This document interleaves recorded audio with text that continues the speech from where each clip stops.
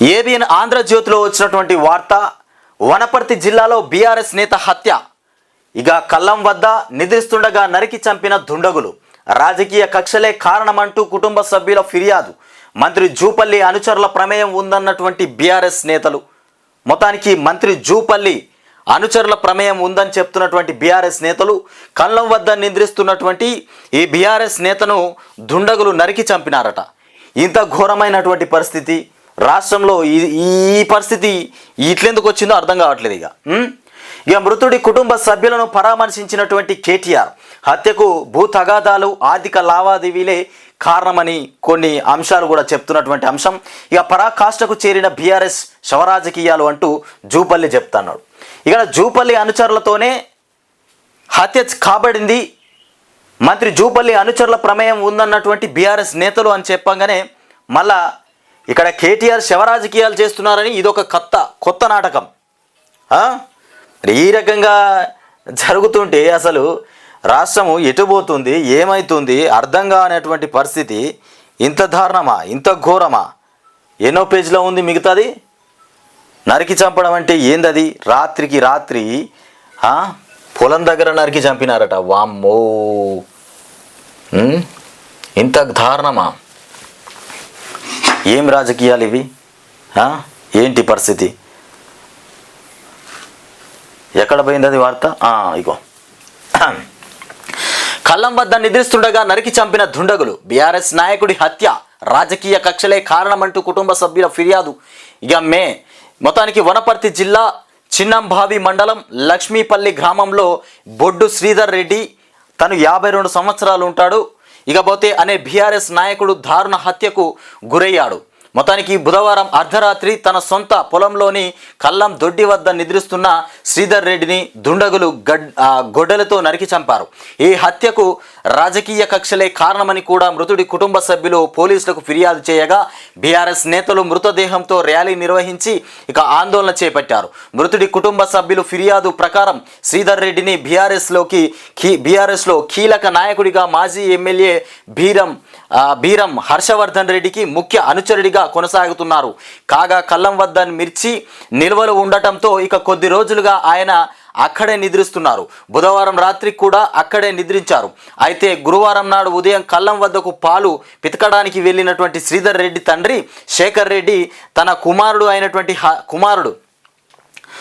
కుమారుడు హత్యకు గురై ఇక విగత జీవిగా పడి ఉండటాన్ని గమనించారు. వెంటనే గ్రామస్తుల సాయంతో పోలీసులకు సమాచారం అందించారు. ఘటనా స్థలానికి చేరుకుని దర్యాప్తు చేపట్టినటువంటి పోలీసులు ఇక డాగ్ స్క్వాడ్తోనూ ఇక పరిసర ప్రాంతాలను తనిఖీ చేయగా ఒక పాయింట్ వద్దకు వెళ్ళి డాగ్ స్క్వాడ్ తిరిగి వచ్చింది. అయితే కాంగ్రెస్ పార్టీ అధికారంలోకి వచ్చిన తర్వాత తన కుమారుడిపై హత్యకు కుట్ర చేశారని కూడా మృతుడి తండ్రి శేఖర్ రెడ్డి ఆరోపించారు. ఇక పలుమార్లు తనకు మంత్రి జూపల్లి కృష్ణారావు, మాజీ జెడ్పీటీసీ సభ్యుడు కృష్ణప్రసాద్ల నుంచి ప్రాణహాని ఉందని కూడా చెప్పాడని ఫిర్యాదులో పేర్కొన్నటువంటి అంశం. ఇకపోతే ఐపీసీ సెక్షన్ 302 కింద ఇక కేసు నమోదు చేసుకుని దర్యాప్తు చేస్తున్నామని కూడా వనపర్తి సిఐ నాగభూషణ్ రావు తెలిపారు. ఇక జూపల్లి బాధ్యత వహించాలి అంటూ కేటీఆర్ మొత్తానికి అక్కడ మృతుడి యొక్క బాధితురాల దగ్గరికి పోయినటువంటి అంశం మనం ఇక్కడ చూస్తున్నాం. ఇగో, శ్రీధర్ రెడ్డి కుటుంబ సభ్యులను ఓదారుస్తున్నటువంటి కేటీఆర్, శ్రీధర్ రెడ్డి హత్య విషయం తెలుసుకొని బీఆర్ఎస్ వర్కింగ్ ప్రెసిడెంట్ కేటీఆర్ గ్రామానికి చేరుకున్నారు. మృతుడి కుటుంబ సభ్యులను పరామర్శించి అండగా ఉంటామని కూడా భరోసా ఇచ్చారు. ఈ సందర్భంగా ఆయన మాట్లాడుతూ కాంగ్రెస్ ప్రభుత్వం స్థానిక మంత్రి జూపల్లి కృష్ణారావు ఈ హత్యకు బాధ్యత వహించాలన్నారు. జూపల్లిని బర్తరఫ్ చేసి జ్యుడిషియల్ లేదా ఇక ఎస్ఐబి ద్వారా విచారణ చేపట్టాలని కూడా డిమాండ్ చేశారు. తెలంగాణలోని లేని ఫ్యాక్షన్ సంస్కృతిని ఇక కొల్లాపూర్లో జూపల్లి అమల్లోకి తెచ్చారని కూడా 4 నెలల్లో 2 బీఆర్ఎస్ నాయకుల హత్యకు గురయ్యారని అన్నారు. ఇక మంత్రిని బర్తరఫ్ చేసి సీఎం రేవంత్ చిత్తశుద్ధి నిరూపించుకోవాలని కూడా చెప్పినటువంటి అంశం. ఇక భూ తగాదాలు, ఆర్థిక లావాదేవీల వల్లే అని కూడా ఒక అంశం కూడా మనం చూస్తున్నాం. ఇక్కడ బీఆర్ఎస్ నేతల ఆరోపణలను మంత్రి జూపల్లి కృష్ణారావు జూపల్లి కృష్ణారావు చెప్తున్నటువంటి అంశాలు ఇది రాజకీయ కుట్ర కాదు, భూ తగాదాలు లావాదేవీలకు సంబంధించినటువంటి కక్షలే అని చెప్తున్నాడు. ఇక బీఆర్ఎస్ నేతల ఆరోపణలను మంత్రి జూపల్లి కృష్ణారావు ఖండించారు. శ్రీధర్ రెడ్డి హత్యకు ఇక దురలవాట్లు, భూ తగాదాలు, ఆర్థిక లావాదేవీలే కారణమన్నారు.